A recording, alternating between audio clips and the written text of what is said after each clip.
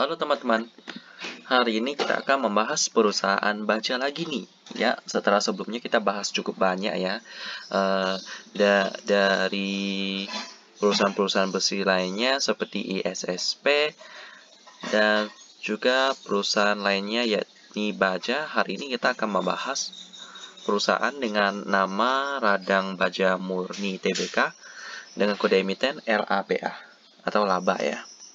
Semoga selalu laba untuk laba ini. Mereka bergerak di bidang produk baja dan besi ya teman-teman ya. Bisa kita lihat di sini. Besi itu merupakan materi yang sering dipakai oleh kita untuk berbagai produk. Seperti ini ada pelanggan mereka, motor dan juga ini proyektor. Terus ada lagi elektronik ya. Dan lain-lain memerlukan baja. Jadi kita akan melihat profil mereka. Mereka didirikan tahun 1990 menjadi salah satu distributor produk baja dan turunan baja ya, dengan kerjasama dengan perusahaan lokal maupun multinasional yang ada di Indonesia ya. Jadi pengalaman mereka sudah lebih dari 25 tahun berseruan dengan bangga menyediakan produk mode terbaik di Indonesia ya. Nah, ini visi dan misi mereka. Pastinya tentang baja. Dan ini adalah proses produksi mereka ya. Pertama mereka memproyeksikan kebutuhan berapa, nanti mereka pesan, lalu nanti barang diterima akan disimpan di warehouse atau gudang ya. Lalu selanjutnya produk ini akan diserahkan dalam dua proses. Pertama ditradingkan atau dijual, atau diproduksi ya, seperti produksi, lalu quality check, lalu selanjutnya penjualan produk ya.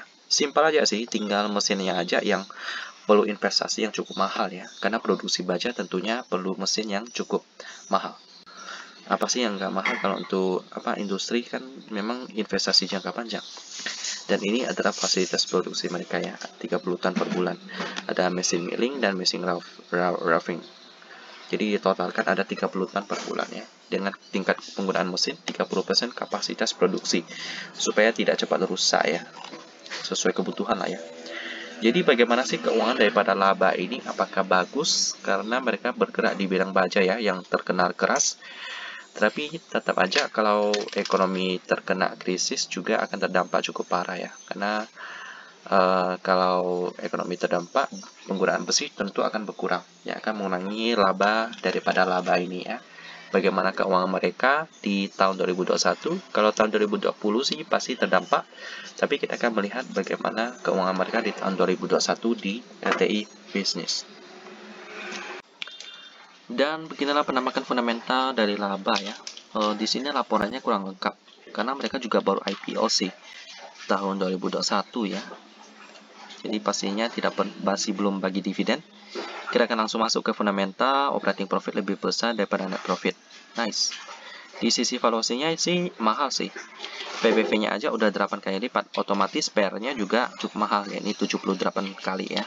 Di sisi profitability-nya, operating profit margin 32%. Nice. Net profit margin 12%.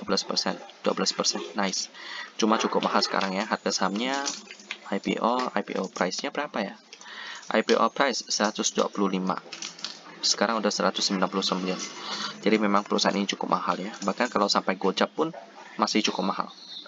Di sisi liquidity cash ratio 35%, tapi tidak apa-apa, quick ratio dan current ratio-nya cukup tinggi di atas 100% ya. Bahkan current ratio-nya itu 409%. Jadi ya untuk hutang jangka pendeknya aman lah ya. Nggak bakal sampai bangkrut perusahaan laba ini.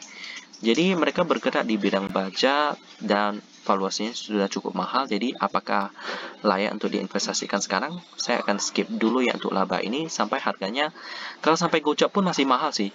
Jadi salah satu solusinya yaitu mereka harus meningkatkan labanya ya. Kalau tidak sih saya akan skip dulu untuk saham yang satu ini. Demikianlah tentang laba dan kita ketemu lagi di video selanjutnya.